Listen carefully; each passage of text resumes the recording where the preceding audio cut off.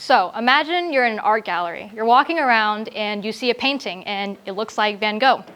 You look a little closer and you realize that, wait a second, it was made in 2 seconds in 3 sentences by a computer. So is this art, is this theft, or is it something completely different?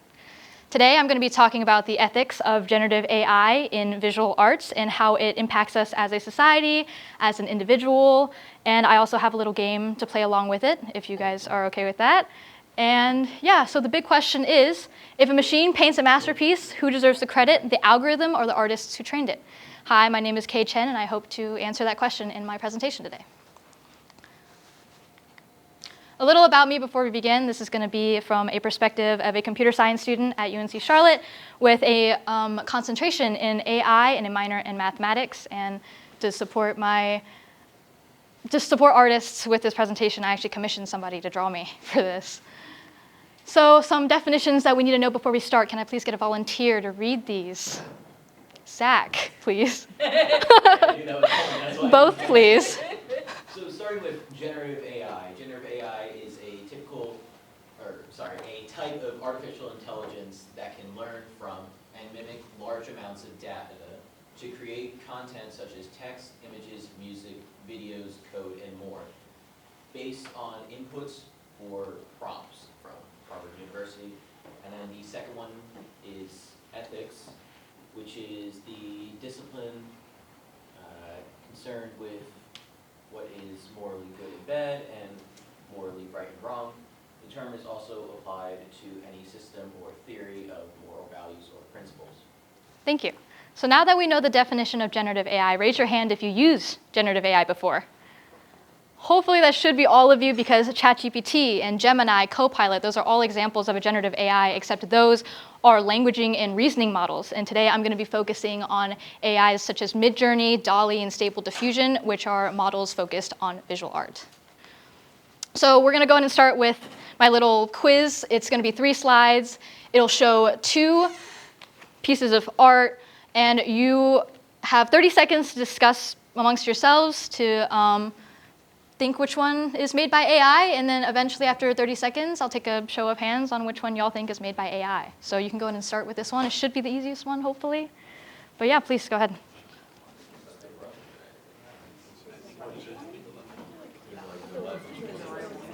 I think people know.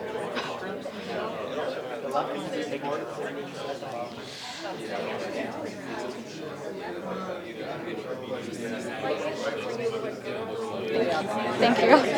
Thank you. Thank you. It looks like still, I mean, like color shading. Wait, this is to be like a trick question.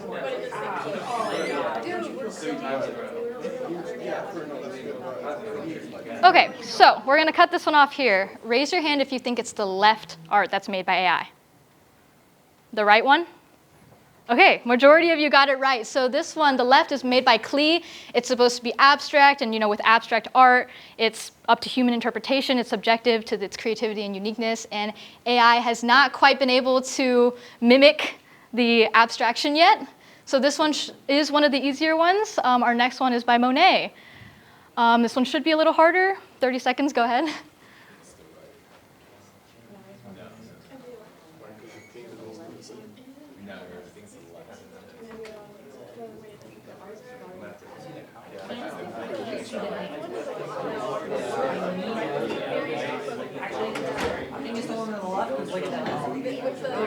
You don't know, bro?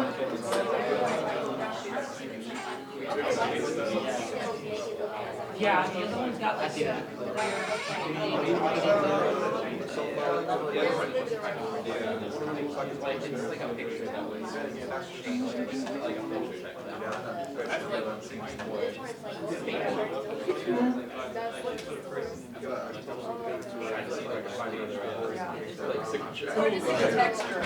Yeah, the texture is important. I saw the texture, I have a better guess. Yeah, for sure.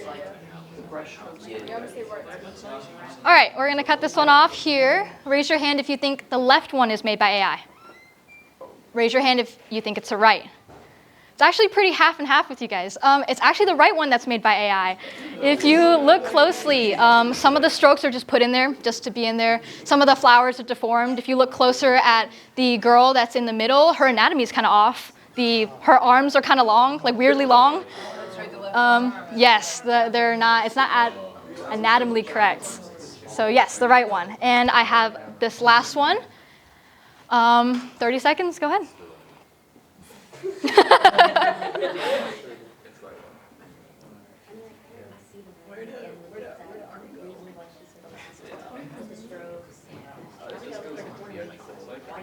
Right now, my dress is like bleeding into the flowers. Hearing some really good points. I'm hearing some really good points.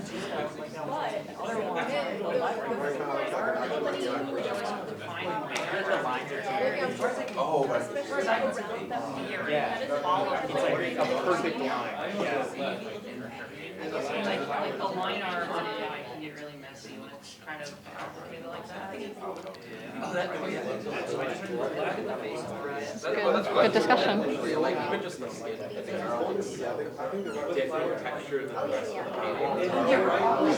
I'm hearing a really good discussion. Like her arm looks like it was made of wood. Okay, we'll cut this one off here. Raise your hand if you think it's the left. Ooh. And the right. Okay, it is the right one. I heard some really good points. Yeah, the dress is bleeding into the floor. And the main thing is actually, I know you guys are kind of far, but if you look closely, the flowers are not actually, like some of them are just blobs. And they're kind of deformed. They're not actual flowers. The left one is a lot more stylized. The AI has more of like a basic style, I guess. But yeah, you guys are really good on that. So next we have this video that won't play. Let's see. How do I play this? Oh, there we go. If an AI stole your job. Digital artist Ben Moran was recently banned from the r/art subreddit because his painting looks too similar to an AI-generated image. Never mind the fact that it has all of its fingers done correctly. After appealing the ban, a moderator sent a message to Ben saying that if you really are a serious artist, then you need to find a different style because A, no one is going to believe when you say it's not AI, and B, the AI can do better in seconds what might take you hours. Sorry, it's the way of the world. Ben's become very vocal about his frustration with the subreddit on Twitter, and plenty of those trying to defend him have subsequently gotten themselves banned on r/art. He spent several thousand hours developing his style, making sure his art looked good, has the right number of fingers, and yet he's still getting treated like he doesn't matter. Ben's looking like he's handling the situation well, but There it is. All right. I don't know how to get it back in it. All right. How do I get it back into presenter mode?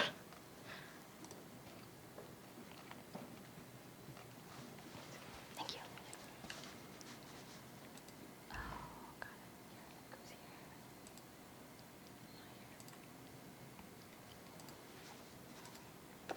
Sorry. Okay. Perfect. Just go to this video. Okay, perfect.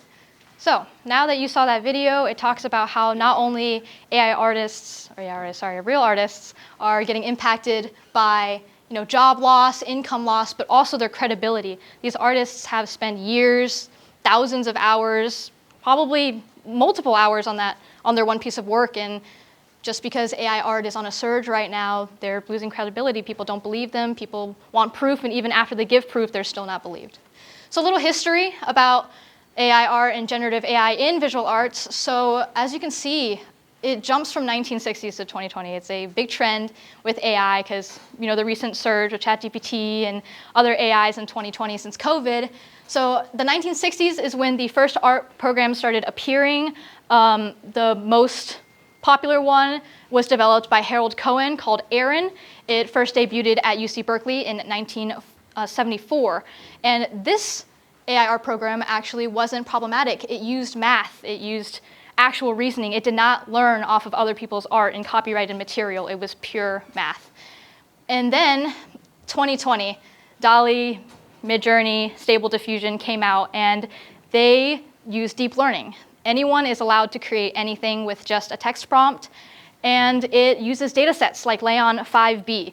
And Leon 5B is a collection of 5.8 billion images from anything from what you post on social media, art that's posted, even if it's copyrighted, it doesn't know that. As long as it's on the internet, it accesses it.